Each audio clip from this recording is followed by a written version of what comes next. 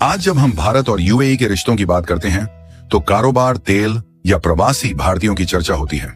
लेकिन बहुत कम लोग जानते हैं कि एक जमाना ऐसा भी था जब भारत खाड़ी देशों के लिए खुद करेंसी छापा करता था। जी हां, भारतीय रिजर्व बैंक आरबीआई द्वारा छापा गया रुपया गुल्फ देशों में आधिकारिक करेंसी के रूप में चलता था। कहानी का नाम जब भारत खाड़ी का बैंक था, presented by knowledge hub core. एक जमाना था जब खाड़ी देशों के पास अपनी कोई करेंसी नहीं थी। दुबई, ओमान, कतर, बहरीन जैसे देशों में कारोबार तो था, लेकिन मुद्रा व्यवस्था नहीं थी। उस दौर में भारत एक ऐसा देश था जिस पर इन देशों को भरोसा था। धीरे धीरे भारतीय रुपया वहां चलने लगा। लोग सामान खरीदते, मजदूरों को पैसे मिलते और लेन देन सब भारतीय रुपये में होता था। भारत भी तब एक विकासशील देश था, लेकिन मजबूत इच्छा शक्ति के साथ। जब भारतीय सरकार ने देखा कि अरब देशों में भारतीय मुद्रा का ज्यादा इस्तेमाल हो रहा है, तो एक चिंता सामने आई।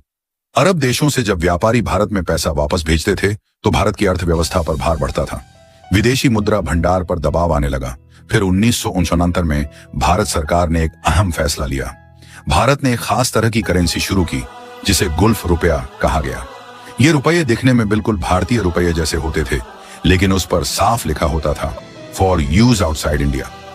मतलब यह कि इसे भारत में चलाना मना था और ये सिर्फ खाड़ी देशों में चलने के लिए बनाए गए थे।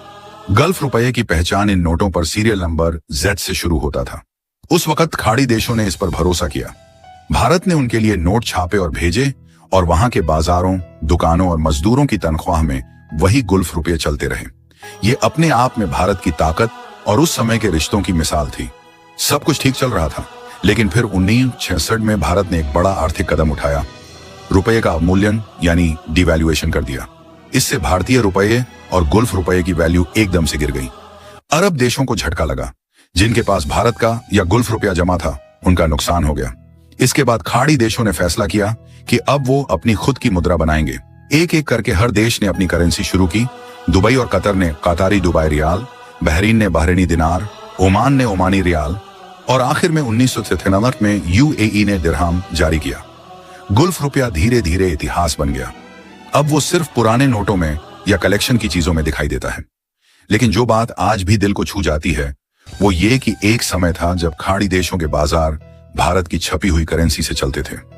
एक देश जो खुद गरीबी और समस्याओं से जूझ रहा था, फिर भी दूसरे देशों की जरूरत को पूरा कर रहा था।